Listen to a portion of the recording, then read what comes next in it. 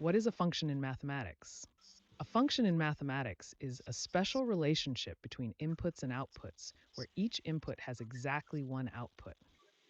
Think of a function as a machine that takes in values and produces results according to specific rules.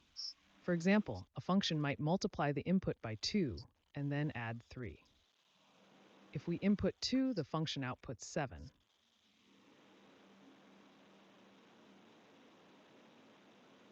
The key property of a function is that for any given input value, there is exactly one corresponding output value. We can represent functions in multiple ways, using equations like f of x equals 2x plus 3, using tables of values, using graphs on a coordinate plane, or using mapping diagrams that show the relationship between inputs and outputs. The input values form the domain of the function, while the output values form the range. Let's visualize the domain and range using a graph of f of x equals 2x plus 3. The domain is all possible input values, which in this case is all real numbers. The range is all possible output values, which is also all real numbers for this particular function. Functions are fundamental to mathematics because they describe relationships between quantities in a precise way.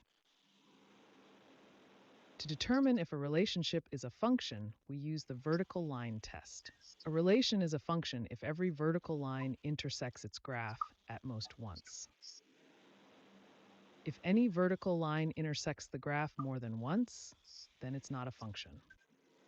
To evaluate a function, we substitute the input value into the function's rule. For example, if f of x equals x squared plus 2x minus 1, let's evaluate f of 3. We substitute 3 wherever we see x. 3 squared is 9, 2 times 3 is 6, and then we subtract 1. Adding these values gives us 14, so f of 3 equals 14. Functions appear everywhere in real life. Here are some examples. Temperature changing over time is a function. Each moment has exactly one temperature. Distance traveled depends on speed and time. For a given speed and time, there's one specific distance. The cost of items is based on quantity purchased. Each quantity has a specific cost.